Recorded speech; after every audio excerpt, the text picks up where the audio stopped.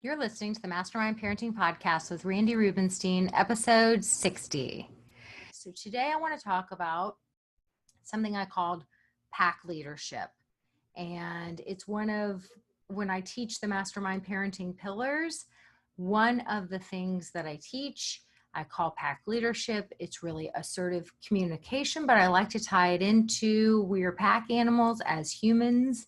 And when it comes to parenting, we get really primal because there are little pack, there are little cave people, and we're a pack, and we just want to protect them. And that's why we see dangerous tigers and bears in the jungle constantly. I don't think bears live in the jungle, but y'all get the gist. We see all kinds of threatening things, even though it maybe is just like a 4-year-old who doesn't want to play with your kid in the sandbox, or a 9-year-old who could only invite 3 people to their birthday party and your kid wasn't one of those people. Like, we see all these things as threatening experiences. And the reason is because it's primal for us. Like, we want to protect our cave people. And when I talk about pack leadership and I talk about what's really coming up for us and this position we find ourselves in, some of you have also heard me say that it's tricky for women because as women, we were done a disservice as little girls. We were not taught effective communication. We were not taught effective pack leadership skills. We were actually taught, and what was modeled for us most of the time was passive communication from the females in our life. And very few of us have ever really had assertive communication modeled for us and in our personal lives. Maybe there's a mentor or somebody famous that you know that just always seems strong and together and you love the way they present themselves. But in your private life, in your personal life, for most women, it's a passive thing and it's a sing-songy thing and there's a sweet tone, and especially in the South, we've got a way of saying things and there's all kinds of cute sayings and we say, okay, and we may phrase it like a question. But the deal is that little kids, really all kids, they're literal and they want us just to say what we mean and mean what we say. So when we phrase things in this confusing way and it sounds like a question and it sounds like they've got to say, they get all perplexed. And then a lot of, it's just a lot of miscommunication that happens. So a big thing that I like to teach my moms that I work with is pack leadership and effective communication.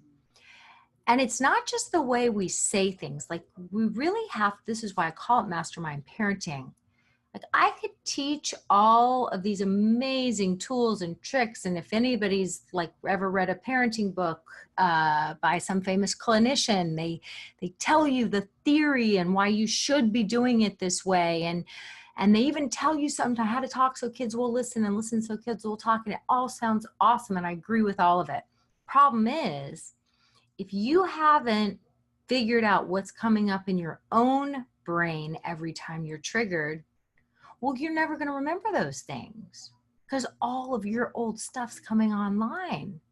Like, our subconscious programming runs the show 95% of our lives until we learn how to retrain our brain. So we have to kind of put these puzzle pieces together for ourselves.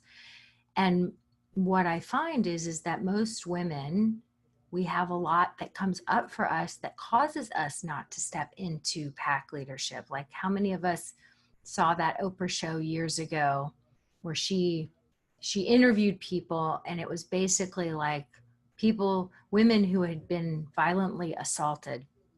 And she talked about what happened. What did your body tell you? Or was there some kind of something, a sensation or an acknowledgement of something felt off or not right, right before the attack that you didn't listen to? And all of them were saying basically, like, whether it was in an elevator or wherever it was, their body told them something's not safe here, right? Like that primal piece of us that reads predatory energy. Something is off.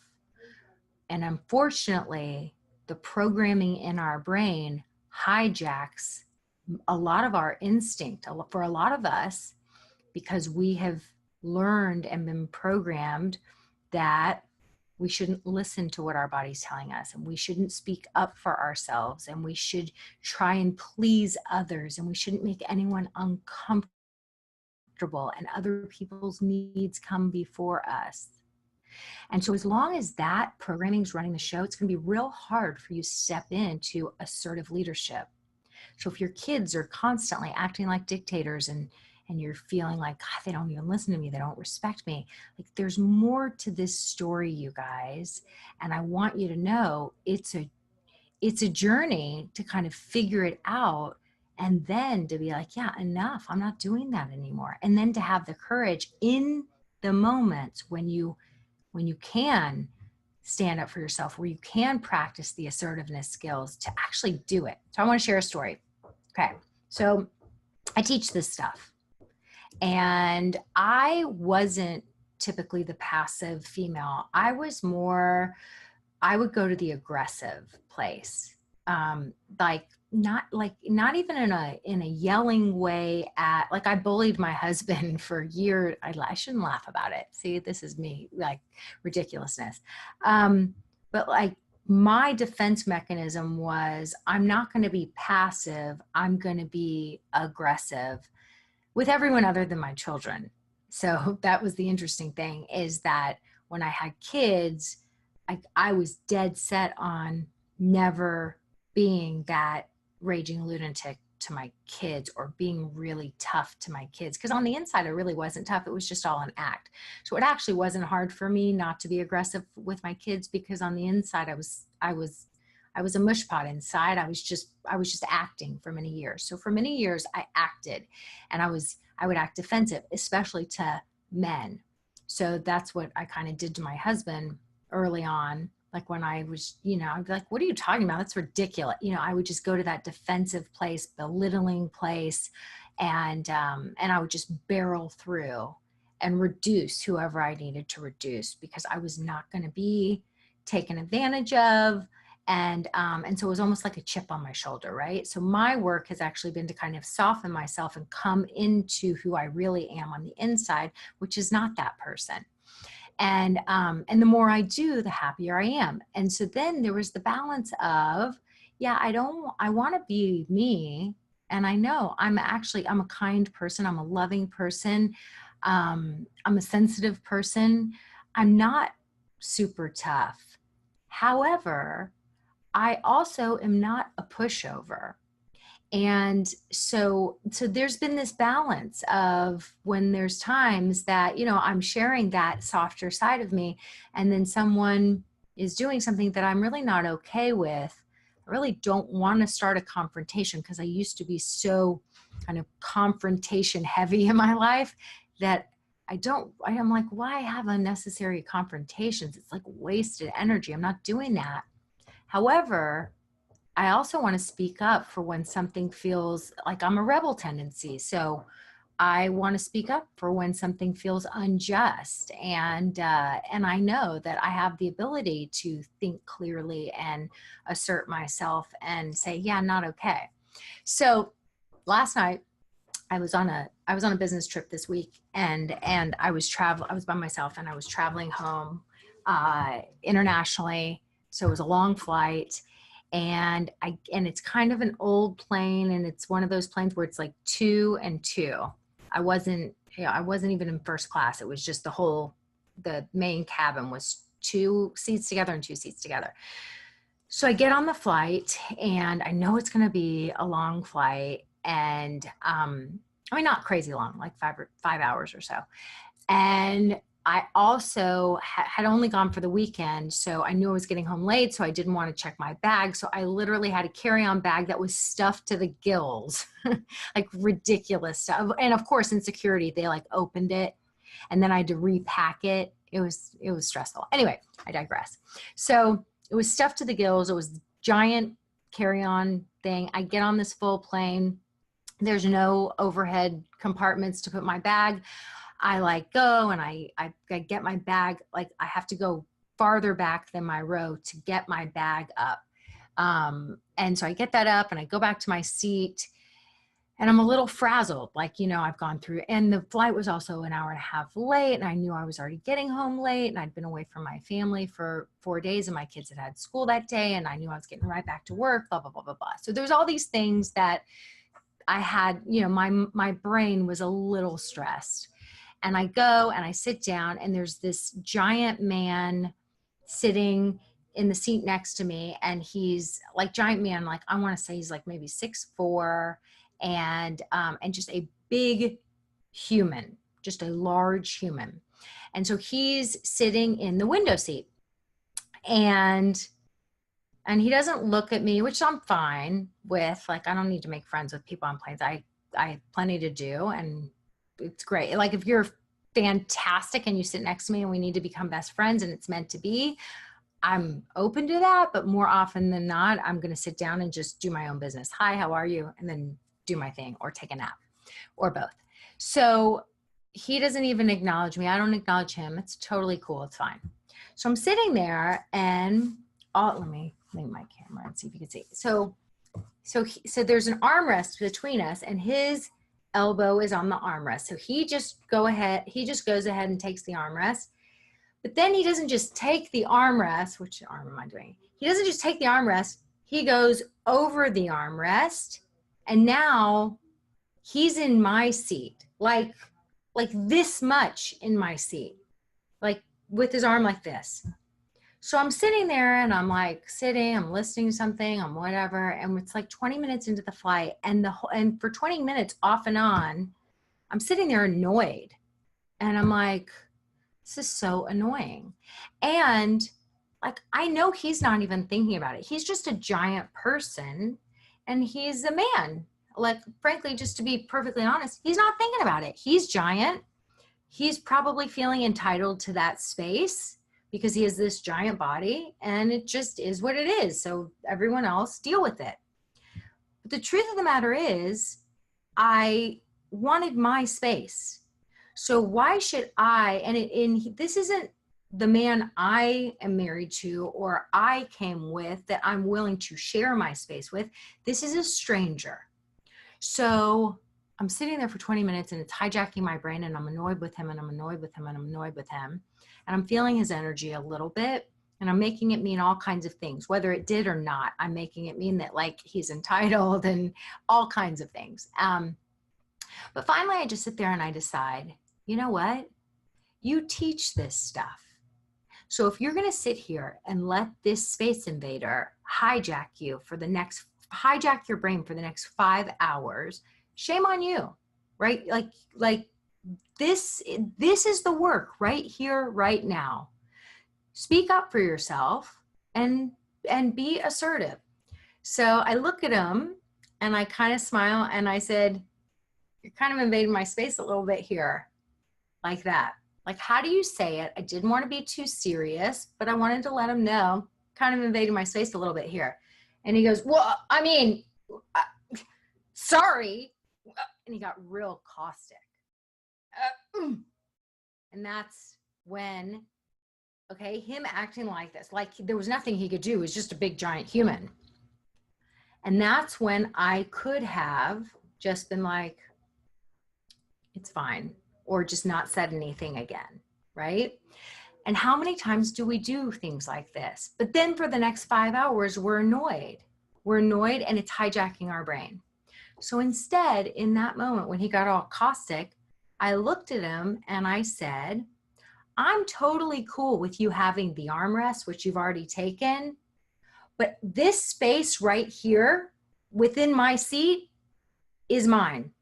And I'd like to have this space to myself. So feel free to use the armrest, but this space here is my space. Now, just sit with that for a minute.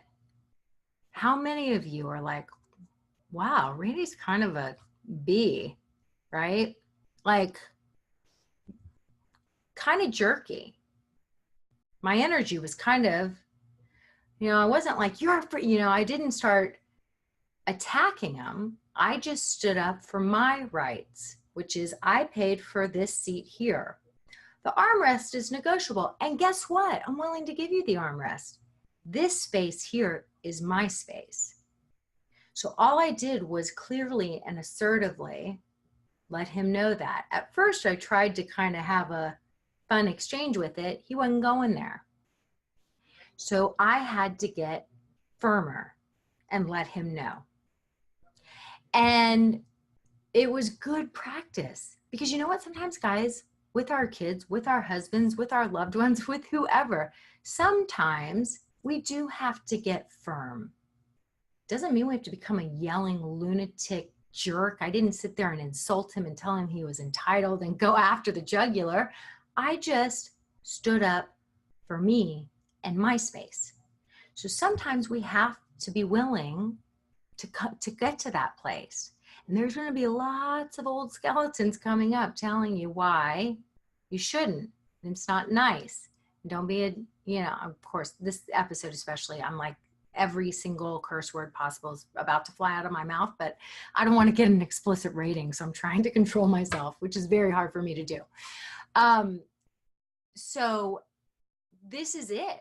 I mean, it was like the mind mastery piece. And then it was funny because I just really didn't look at him again.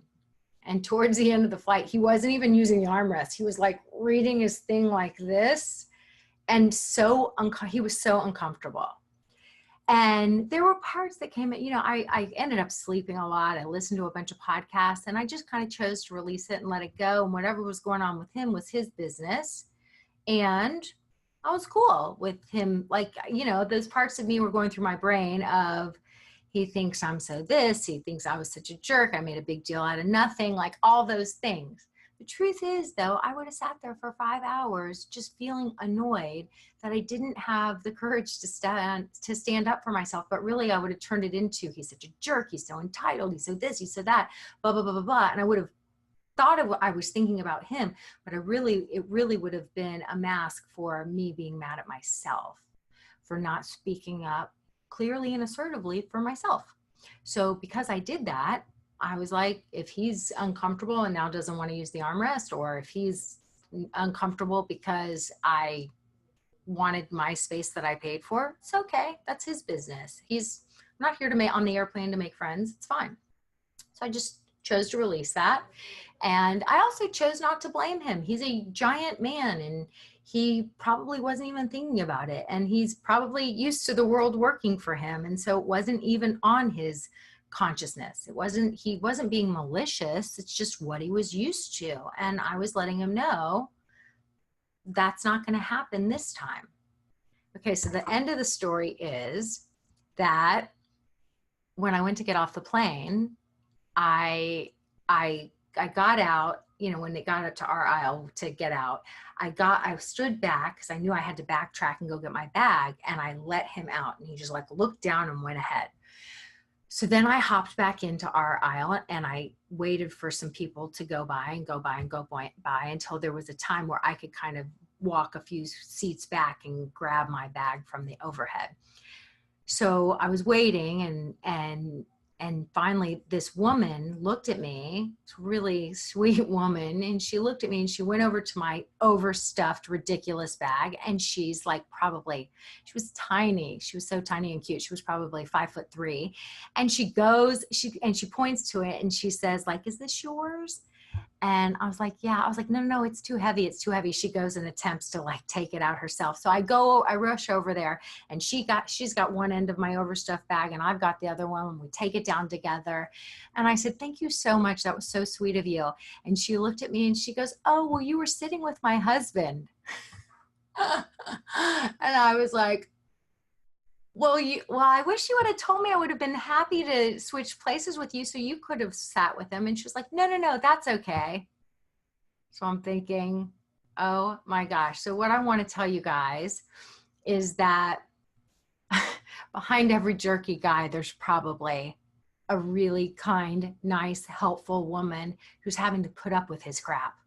And she was like, no, that's okay. She probably welcomed the 5-hour break. I could just tell his energy felt negative and toxic, but that's the truth of the matter, is how many of us are living with that guy. And if it's you who's living with that guy, I wonder how he would be treating her and how he would be showing up differently in the world if she knew these. I mean, was certainly adorable and sweet and kind and lovely. And I wonder if he would be showing up in the world that way if she knew how to assert herself in this way. Maybe she does, and I'm assuming she doesn't. My hunch is that she probably doesn't. So when we choose to show up in this way, even if you've been in a marriage for 20 years, and your guy is acting like a caveman and entitled and, invading your space all the time and not even thinking about it, maybe it's just because nobody's ever brought his attention there, and no one's ever known how to properly assert themselves and to teach him these things. And the truth is that if we want to teach our kids these things, if we want our daughters to grow up knowing how to assert themselves and knowing how to protect themselves and knowing how to not give off any kind of victim energy, and if we want our boys to grow up being feminists and treating women as equals, and to stop this male entitlement generational pattern that keeps going down generation to generation, we have to learn how to master our mind and show up in this way. And the best place on earth to practice is really within your home with your own children, really. So that's what I've got. I also want to share a resource with you. There's a TED Talk called Why I'm Done Trying to Be Man Enough, and with a guy named Justin Baldoni. I think that's how you pronounce his name. It's really good. So if you haven't watched that, I encourage you to watch it. Watch it with your spouse, watch it with your teenage children. And I really think it's got a great message. And pack leadership all the way. Pack leadership. We have to show up as pack leaders if we want to be the parents we want to be. Okay, that's what I've got for you guys this week. Have a good one, and I'll talk to you soon. Bye-bye.